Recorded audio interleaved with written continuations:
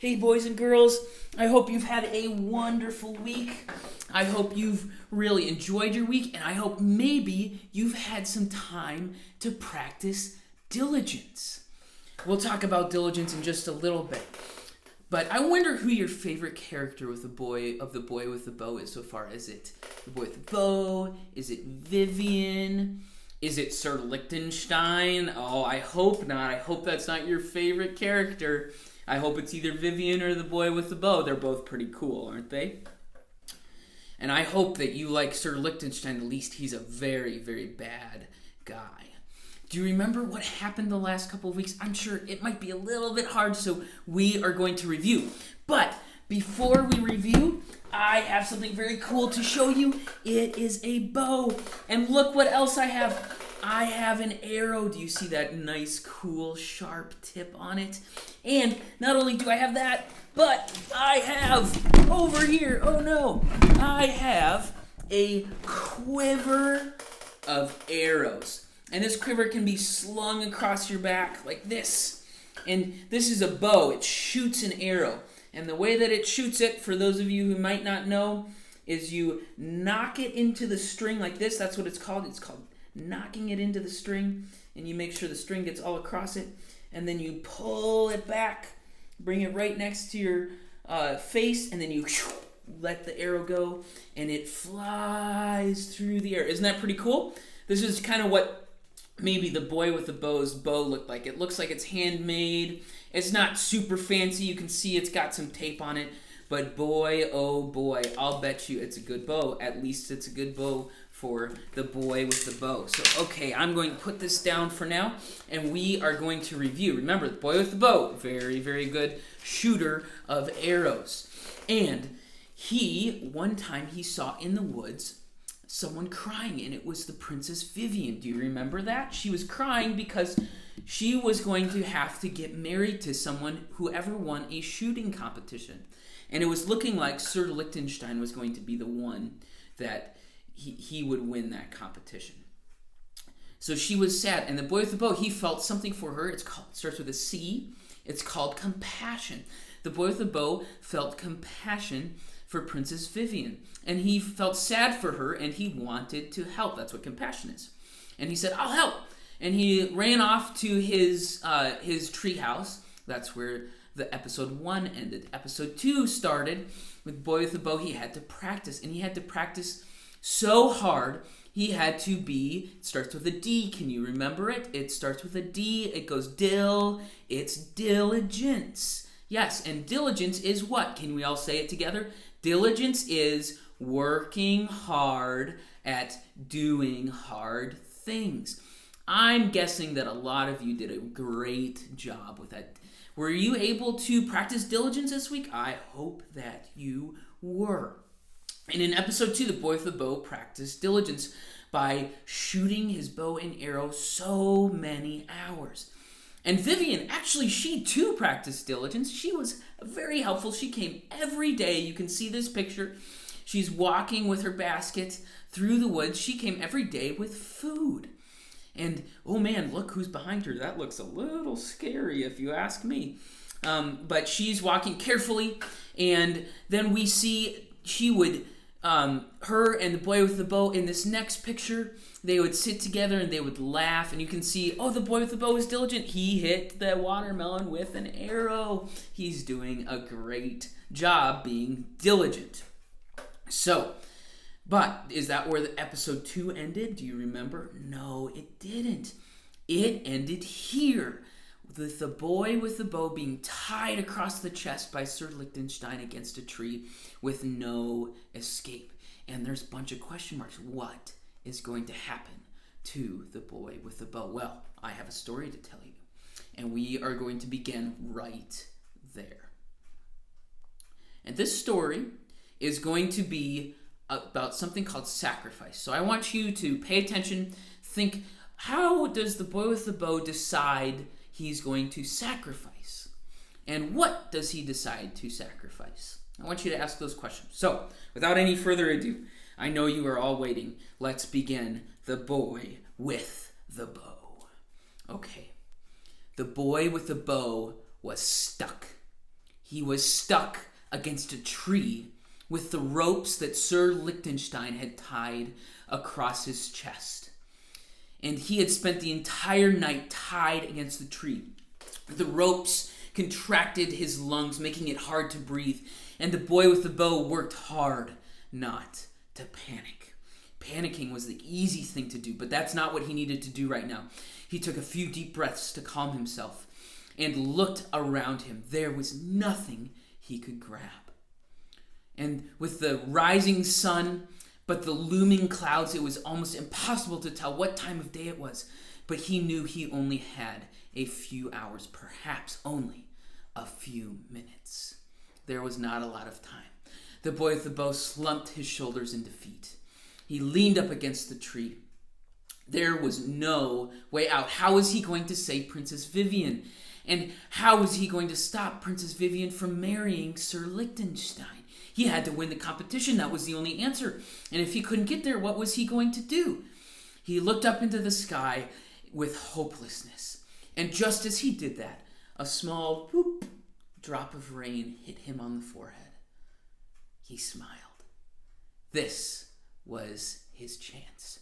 Keep raining, he mumbled to himself.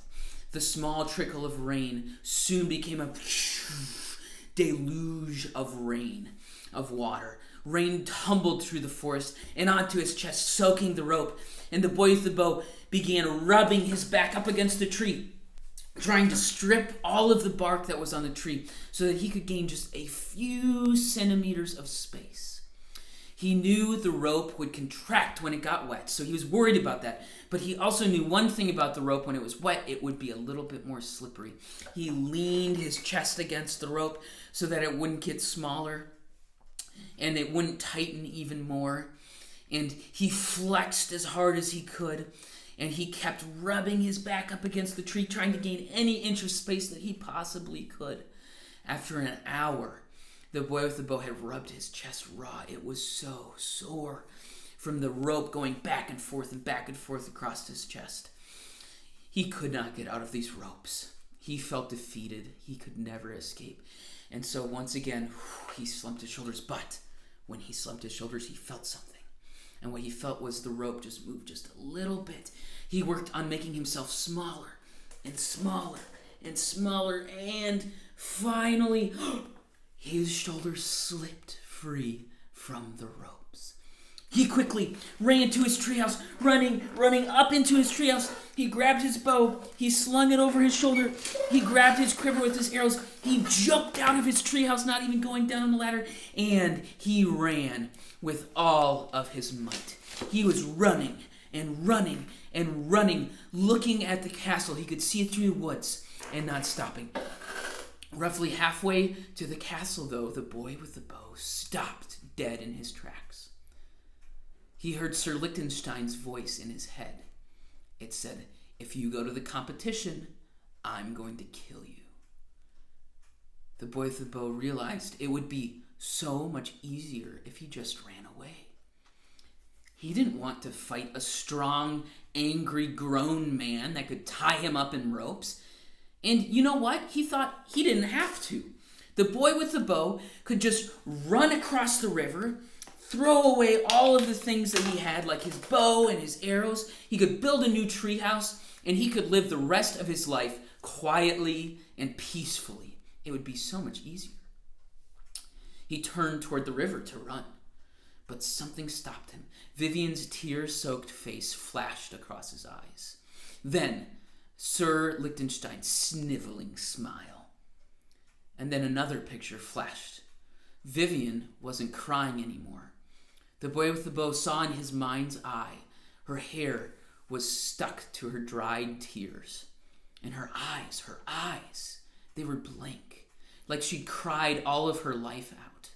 She looked dead inside, like there was no hope. And she was following Sir Liechtenstein away from the castle. Time stood still as the rain pitter-pattered against the leaves, and the boy with the bow thought about what he should do. He knew that if he came to the competition, that he would die, that he would lose something that was very precious to him, his own life. But as he saw those pictures in his brain, and as he thought of how sad Vivian would be, he decided something. The boy with the bow wondered how could he live with himself knowing he refused to try to stop the princess from a lifetime of suffering being married to Sir Liechtenstein. The boy with the bow knew that if he chose to participate in the shooting competition, he would die. And do you know what he said? He said, "Fine, I'll die." The boy with the bow decided that it was better for him to die trying to save the princess than live knowing that he was a coward and run away. The boy with the bow decided then and there that he would sacrifice himself for the princess, that he would die at least trying to save the princess. And he was willing to do that, to do the right thing, and not live as a coward. At that moment, something came over him. He wasn't scared anymore. The decision was made, and the outcome would be decided in an hour, whether he would live or die. The boy with the bow fixed his eyes on the castle once more, and he ran. Would he make it to the tournament in time? He wasn't sure. Vivian woke up with dread heavy on her chest. She was in the castle, and this was the morning that the boy with the bow was stuck to the tree. She could barely get out of bed, but she forced herself to. This would be her last day in the castle, and she didn't want to miss it. She loved this place, how all of the servants would work in the castle, smiling and laughing, how her mother, the queen, would help the servants from time to time with the garden or cooking the next meal. She loved that she could run through the castle with all of the kids, playing hide and seek or sardines, and most of all, she loved, though, that she felt safe in the castle. She knew the walls were strong, and her dad would always protect her. But would he? Vivian remembered something, that her dad had put her in this predicament trying to marry her off. And not just marry her off to anyone, but marry her off to Sir Liechtenstein. How could such a nice, loving dad basically plan to give her away to such a horrible man? Vivian's dad, the king, had showed her nothing but kindness and love, and now it was as though he hated her. Maybe she'd done something wrong, she thought. But she didn't have time to think about any of those things. Today was the day of the competition. Today was her last day in the castle, and this was her reality now. She would either be saved by the boy with the bow or forced into captivity with Sir Liechtenstein. Certainly her dad wanted her to go away, one way or the other, and she couldn't change anything about that. Her eyes suddenly got teary. She loved her dad, but apparently she thought he didn't love her. She felt like no one loved her.